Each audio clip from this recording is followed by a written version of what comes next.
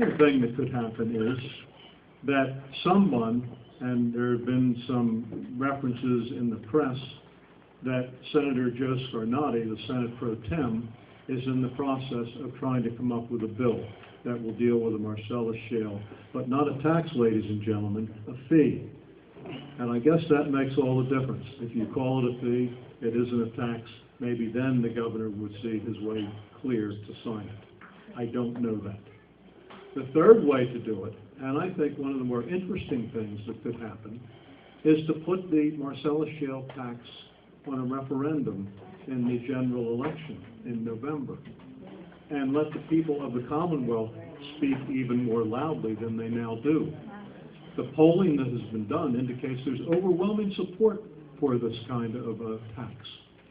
And I also can share with you that some of the folks who are the drilling company folks would like to have this thing settled, because as they go into the marketplace to borrow money, unless they have predictability in terms of this tax, it becomes difficult for them. So they'd like to have this issue settled as well. That's one way to raise money. $27.3 billion is the governor's budget. He has assumed that there is $78 million that is going to be surplus coming out of this year, this fiscal year. Well, we're doing better than that. Thank goodness the economy has turned around to some extent. And it looks like now we will have over $300 million.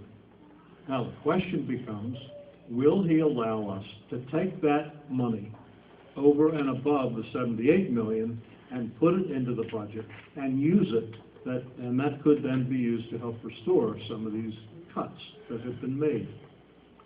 There are other sources as well of income. We do not have in the Commonwealth of Pennsylvania a tax on smokeless tobacco or cigars. We should tax those. Now, it doesn't raise a whole lot of money. It raises, depending how you do it, someplace around, maybe 75 million. But, you know, you start to talk about millions of dollars and pretty soon you're talking big money. I mean, that is real money. So if we could get that in there, that would be helpful as well. The Democrats in the Senate have come out with a plan that they claim will generate $1.1 billion. There are a number of things in here that are worth considering. One of the things, however, that concerns me is that they indicate that there is waste, fraud, and abuse in DPW budget, particularly in the Medicaid budget. And they claim that's $500 million. Well, that frightens me a bit, because if we were able to discover where that is, I think we would have discovered where a lot of that is already. So if you throw that number in the budget and you're counting on saving that kind of money in DPW, that simply means you're going to cut services in that budget. And I want to sort of end my little presentation here with that thought. One of the things that most worries me as we go through this budget process, that there will be people, and there are already people looking at cutting in DPW.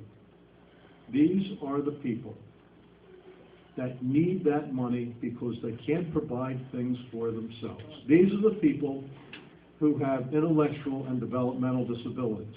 These are the people who have mental health problems. These folks need our help. If government can't do anything else, it must help these people. So I appreciate what we're doing here tonight, and I do support increasing the money in the education system. But I also think we need to be mindful of what could occur within that DPW budget. Now, tonight we're here talking about public education. There are two other pieces that have been severely cut as well, and they are the state colleges and the state-related institutions. There are people who want to restore some of that. So there will be some negotiation and pull and tug between funding those other two versus the public education. So keep your eye on that. Now, what can you do? We all together need to have the governor understand that what has occurred in this budget is not something that will benefit the Commonwealth of Pennsylvania. We need to get an adequate base of funding into the school system. I met today, and I've met on previous occasions, with Judy Gentile, the president of the Upper Darby School Board. Lou DeFlager was there, as well as superintendent, along with members of school boards from other areas in the county. The question was raised earlier about Upper Darby and the massive cut that they're taking. Well, if you take a look at Chester Upland, at William Penn, at Southeast Elko, at Interborough, they're also taking massive cuts. That's a frightening prospect, because it literally could drive some of those districts into bankruptcy. Well, what happens if they go into bankruptcy? Tamalis, the Secretary of Education, has said, well, those students will simply have to go to other schools. So I ask you, is there a grand plan here someplace? This frightens me, ladies and gentlemen. I think that we need, again, as you're doing tonight, to generate interest within the community. We need to get that word up to Harrisburg. And, you know, Margot and I are here tonight. You know, you don't have to convince either of us. I'll let her speak for herself, of course, and I know she will. But, you know, we are going to be supportive of trying to get some additional money in here. So, you know, keep up the fight. Thank you.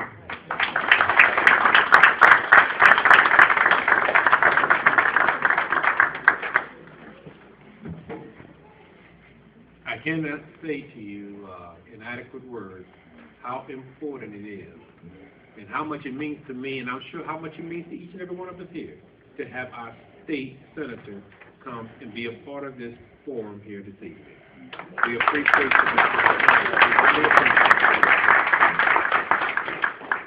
Before we hear from the state representative, Margot Davidson, we're going to hear from our Better Choices Budget Coalition, the outreach coordinator. Hey.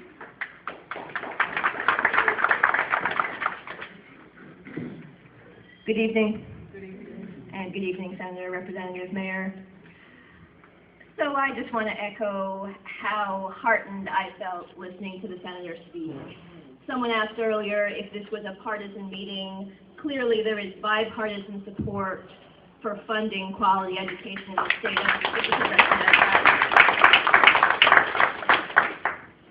I also will say that the second point the Senator made about the Department of Public Welfare is also very important.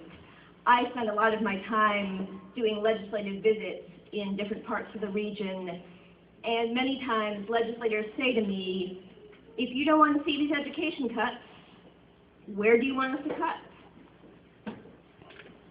So how do we answer that? Because I think the Senator pointed out that there is a big risk that if we save our schools, the people who will pay the price are our parents who are in assisted living or who have a home care attendant so they don't have to, so they can still live on their own, or someone we know who has a disability and needs support. I certainly don't want to see the cuts come from those areas, and I know the Senator doesn't. We've discussed that. So I work with the Better Choices Budget Coalition, and our answer to that question is you don't have to cut somewhere else. There are better choices. We are locked into this model of a cuts-only budget, and it was really heartening to see the Senator step out of that today. We really are calling for a more balanced approach that finds efficiencies, makes sure we're accountable with our tax money, but at the same time really thinks about the places that Pennsylvania is leaving money on the table. And there are a lot of those. People have talked about the drilling tax, so I won't dwell on that, except to say the state of Texas has a tax on gas drilling. the state of Texas. If you know anything about Texas, just think twice about why Pennsylvania is the only state with a serious gas drilling industry that does not have a tax. So it was tax day yesterday. Raise your hand, 2 days ago, raise your hand if you paid income taxes this year.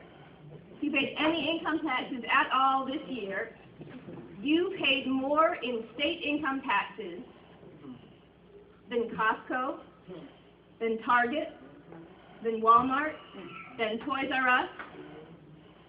The Delaware loophole allows big multi-state corporations to have a little office in Delaware where they set up their official address for tax purposes, and they pay no income taxes here, but your favorite deli down the street, your favorite small business, your favorite hair salon has to pay corporate income taxes, and so do we all pay income taxes in the state. We could raise $500 million by closing that huge tax loophole. We need that money for our schools.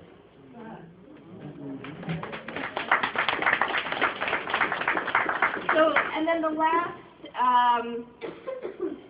example, anyone know off the top of your head what the sales tax is here in Pennsylvania? 6%. And anyone know how much of that is actually going to the general fund, going to our state? How much are the companies actually paying to the state? Did I hear a number? It's not that bad, it's 5%. So we have this antiquated tax system where back in the time before computers, it took some time for big retailers to calculate how much they had to pay in taxes.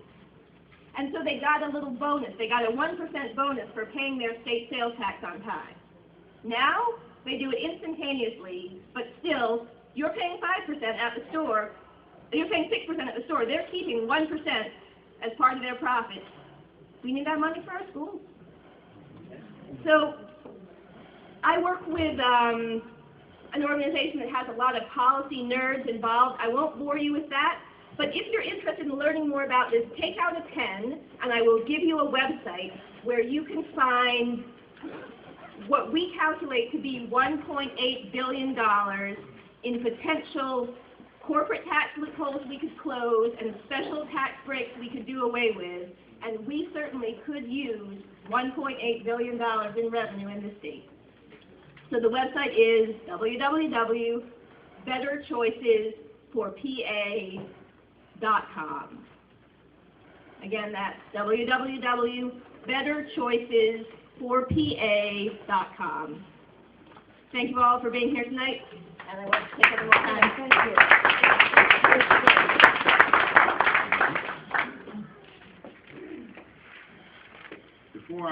Before I call State Representative Margot Davidson, I have to interject something because I'm getting older and I'm forgetful. No, seriously, that's not a joke. It's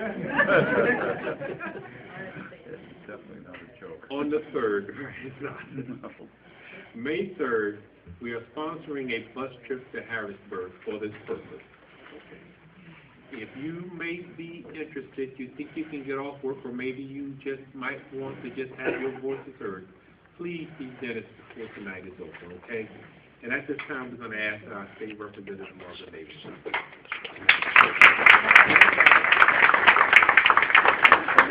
I want to sign this slips over. Thank you, Gaius, and thank you. It's so good to see so many of my friends and neighbors out tonight. I really get energized by an engaged citizenry.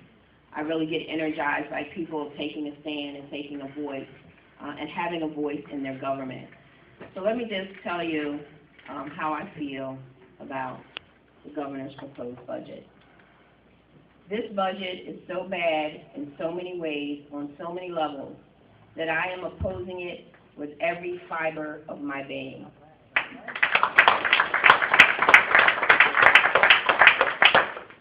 What this budget represents is a new burden, a very heavy, heavy burden on every taxpayer in Pennsylvania, every individual taxpayer in Pennsylvania, including my district. It's a burden on our grandparents, on our children, and on our grandchildren. The mantra of no new taxes is simply smoke and mirrors. This is a new burden on taxpayers who will see their local taxes rise as a result of this budget, in particular, their property taxes. Upper Darby and East Lansdowne and Millbourne cannot afford an increase in their property taxes. We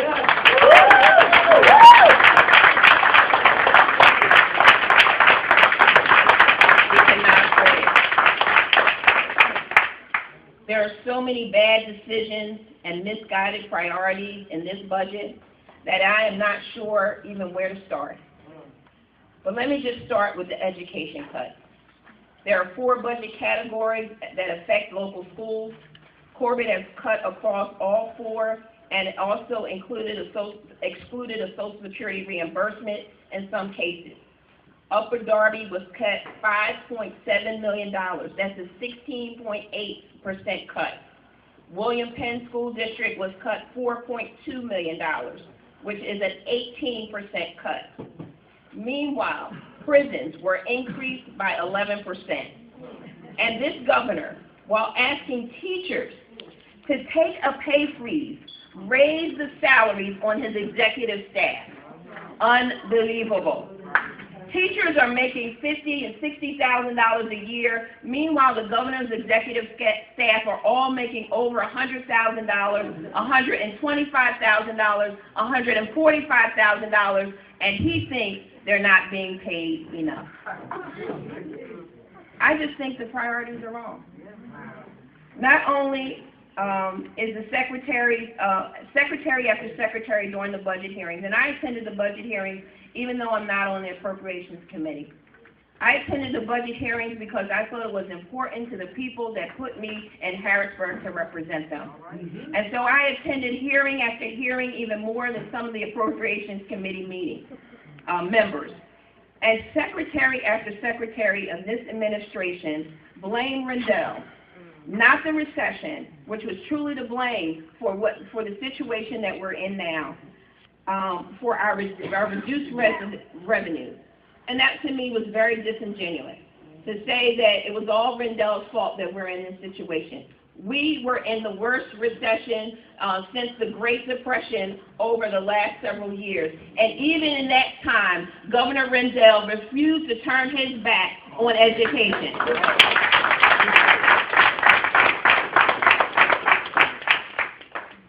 What many of those testifiers from the Corbett administration did not say or simply overlooked are 3 important facts. Fact number 1, the economy is improving.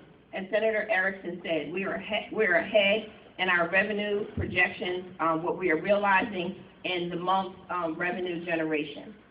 We're ahead in terms of the country, in terms of unemployment. Many other states are still seeing high unemployment. Unemployment in Pennsylvania is going down. Our economy is moving in the right direction based on the decisions that have been made in the past. We are moving ahead. We are a leader in the nation. We are also a leader in the nation in terms of our education. That is fact number 2. An independent study showed Pennsylvania is only one of 6 states that showed significant gains in reading and math since 2005. The current acting Secretary of Education refused to acknowledge this fact when questioned, repeatedly saying that Pennsylvania schools showed no results. No results. That's what he kept saying. And this is simply not true. When you say that, you discredit all the children that have worked so hard in the state of Pennsylvania to take those tests to make sure that they are doing what they need to do to improve their educational standing. You say that the teachers are not doing their job all across Pennsylvania. That is simply not true. This is a job-killing budget. The number 1 and number 2 employers in this district are the schools, the government, and the hospital. Those Medicare cuts and the cuts to welfare, and as Senator Erickson said, the cuts to the most vulnerable, that will affect the hospitals, the nursing homes, the health care providers in this economy, and that is going to kill jobs. time will not even allow me, because I'm coming to a close, to detail all the cuts to the hospitals, to healthcare workers, and our most vulnerable citizens, as Senator Erickson said. I will close in this way. I will not vote for this proposed budget in its current form. It will raise local taxes to astronomical rates and could put the most vulnerable in our society at a life-threatening risk. I cannot support it. No one in my caucus will support it. No one that I know of in my caucus, in the Democratic caucus, will support this budget. And I believe, just as Senator Erickson has said, that legislators in Delaware County, most of which are Republican, are the most level-headed, and they also recognize that this budget is wrong for Pennsylvania.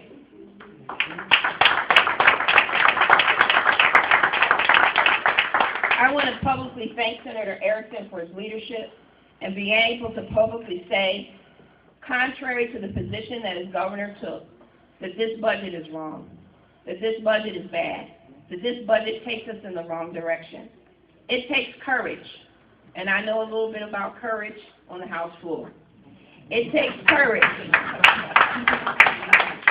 to vote contrary to your party and contrary to your party's governor. It takes courage. However, we must do what is right for the people.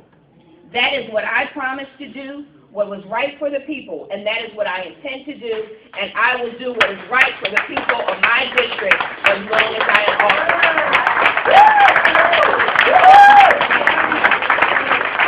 And I'm just asking you to join Senator Erickson and I and take this fight all the way to the state capitol. When you come in May 3rd, I want you to come in mass. I want you to bring busloads and busloads to Harrisburg to let everyone know that this is not the right budget for the citizens of Pennsylvania. Thank you so much.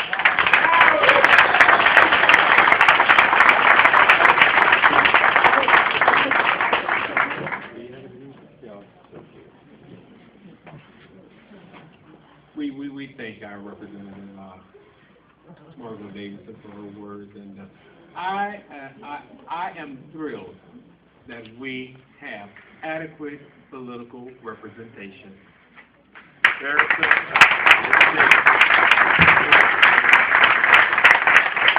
Now we're going to hear from our mayor, Tom McCoy.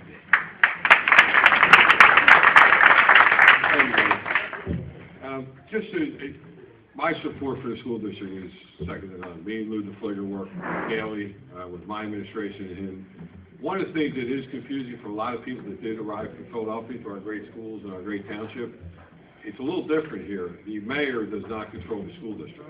We have a superintendent of schools with an independent school board. We have a great relationship with them. A lot of the flyers that go out, the mayor supports the budget or doesn't support the budget. In Upper Darby Township, we have our own municipal budget, about $64 million. In this particular budget, the municipality receives no general fund money. We've been grants from the offices of, we apply for grants together jointly for programs in capital and legislative initiatives, but when it comes to operating, we receive very little, we receive no operating dollars. We receive liquid fuel tax dollars from the pumps. But when it comes to the school district, and I'm in the school districts all the time with Lou DeFligger, we have joint programs together that we're very concerned about coming through the school district and our recreation department, our performing arts center. All those programs will have a trickle-down effect. And Lou and I spoke as of earlier yesterday with Tom Judge and Ed Smith from the school district about what support we can give him, either by the weight of my office sending letters, obviously, Erickson, Mario, Representative Cozy in our districts are opposed to this particular budget with the education. So we'll be standing firm with you.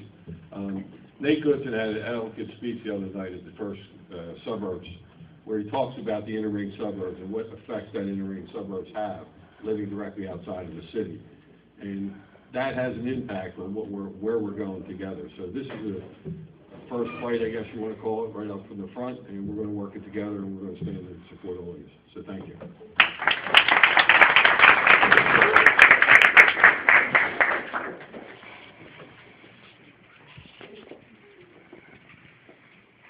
we're coming to a close of our meeting. Now, we realize that there are probably some individuals here who may have questions for our respective politicians. What we have decided to do is we didn't want to open up the floor because, for time factors, okay, just to keep things in order. If you have questions for our respective politicians, we have allowed for the information for you to contact their respective offices, okay? Now, I see amongst us our council representatives for the 6th and the 7th districts. It would be remiss of me to not open up the floor for Ray Fag or Pastor Goodson to have words if they so desire.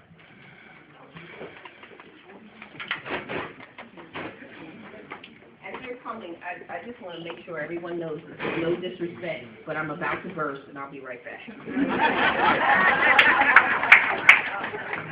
Very briefly, I just wanted to thank you all for coming out this evening first. I'm not here in front of you as a council person. I'm here as a mother too. These cuts are devastating. I have a child about to go to college in 2 years. I have no idea if these cuts come through, how to pay for their education. I ask that we take this time to put aside whether you're Republican, Democrat, Independent, Black, White. Let's work together to make sure that this budget is a budget for all of us, not for one person or another person, but for all of us. Thank you.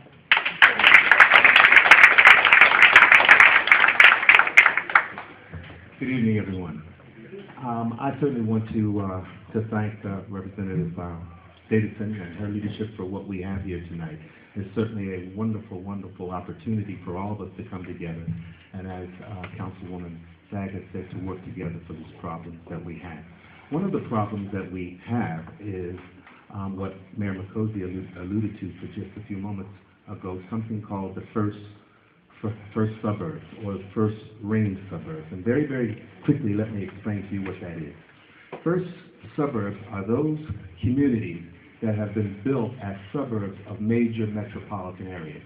So Upper Darby, Lansdowne, Yeadon, Darby, all of those would be considered first suburbs. Now this is the problem. First suburbs now are experiencing very great difficulty with schools, with infrastructure, with government, and the ability to pay for government. And one of the major problems that first suburbs have is the funding of schools. And the reason for that is that most of the first suburbs now have folks moving out of those suburbs instead of moving in. So our tax base is going down. We have very little companies, major companies and corporations moving into our communities. They are moving out of our communities. So those first ring suburbs are now experiencing a great deal of stress. That's why we have problems paving our streets. That's why I get a lot of phone calls from many of you about potholes in your streets and potholes in our driveways. That is because the funding that we had before now that came from the federal government or came from the state, we're not receiving that now. Now this is a major, major difficulty that I need for all of us to understand. One of the major problems with Upper Darby is that we have and this is something that I'm sure all of you know, that one of the major problems that we have in Upper Darby Township is rental property. Okay? Rental properties is a major problem in Upper Darby Township because a number of those facilities, a number of those apartments are funded by HUD. HUD is not our friend. I really, if I were in church, I'd get you to say amen.